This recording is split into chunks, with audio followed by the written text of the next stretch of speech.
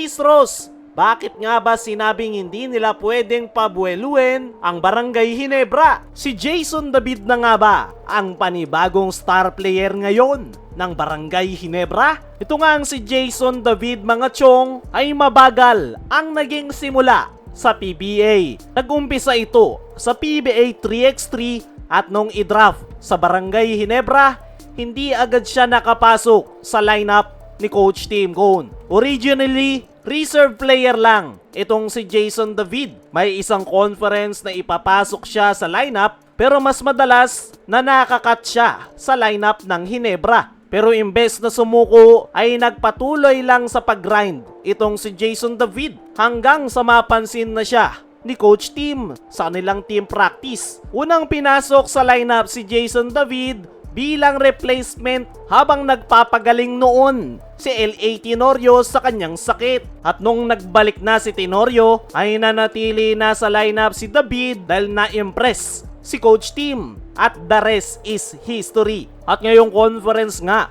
ay mas lalo pang gumaganda yung pinapakita nitong si Jason David.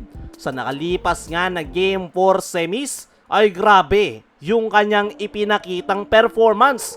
Parang mayroong dalawang Scottie Thompson ang Barangay Ginebra dahil sa hustle at energy na ipinapakita nitong si David, mapa-opensa man yan o depensa. Talagang hindi sinasayang ni Jason David yung opportunity na ibinibigay sa kanya ni Coach Tim. Nabanggit pa nga mismo ni Coach Tim sa press con interview na inihahalin tulad niya yung laro na itong si Jason David sa NBA star na si Jimmy Butler. Nilinaw ni Coach Tim na hindi kasing galing ni David ang nasabing NBA star pero may pagkakahalin tulad daw pagdating sa kanilang playing style. Natanong rin si Jason David patungkol sa sinabi na yan ni Coach Tim. Masaya nga ito na kino-compliment siya ni Coach Tim pero para sa kanya, ginagawa niya lang daw ang kanyang trabaho. Nabanggit pa nito ay simula off-season hanggang meron ng mga laro ay hindi siya tumigil sa kanyang workout at pag-i-improve ng kanyang laro.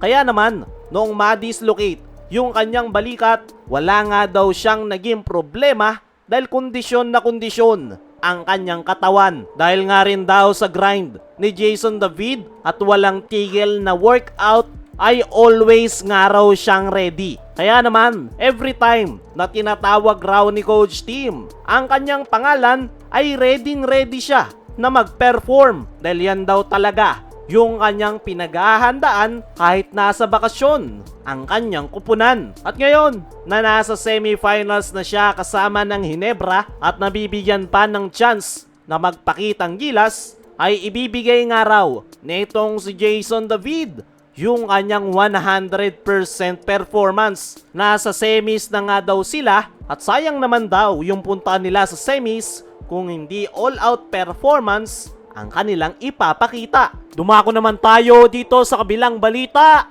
Chris Ross, bakit nga ba sinabing hindi nila pwedeng pabueluin ang Barangay Ginebra? Sa nakalipas nga na Game 4 ay maganda yung pinakita ng San Miguel kung saan natambakan nila ang Ginebra to 16 points pero bigla ngang nabaliktad ng Barangay Ginebra ang laro. At ayon nga mismo kay Chris Ross sa kanyang naging latest interview ay sobrang laki nga daw ng kanyang panghihinayang matapos mabura ng Barangay Ginebra yung kanilang malaking kalamangan. At yan daw yung kailangan nilang masolusyonan.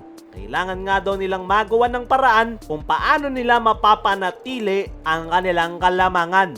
Nabanggit pa na itong si Chris Ross na hindi daw dapat nila hayaang makabuelo ang Barangay Ginebra. Dahil once nga raw na makabuelo ang kupunan ni Coach Tim ay mahirap ng pigilan. Pero kumpiyansa nga itong si Chris Ross na madali nilang mapipigilan ang Barangay Ginebra. Kailangan nga lang daw nilang mag-adjust at kumpiyansa nga ito na sa darating na Game 5 na makakabawi sila at mas maganda yung kanilang ipapakitang performance kumpara sa nakalipas na Game 4. Para sa akin mga chong, expected talaga nababawi ang San Miguel sa darating na Game 5 dahil napaka-importante nga ng laro na yan. Pero tingnan na lang natin kung sino ang makakakuha ng panalo. Kaya mga chong, ano ang masasabi nyo sa sinabi na yan ni Chris Ross? Ano rin yung masasabi nyo na si Jason David na nga ba ang panibagong star player ng Hinebra? I-comment mo lang dyan sa ibaba.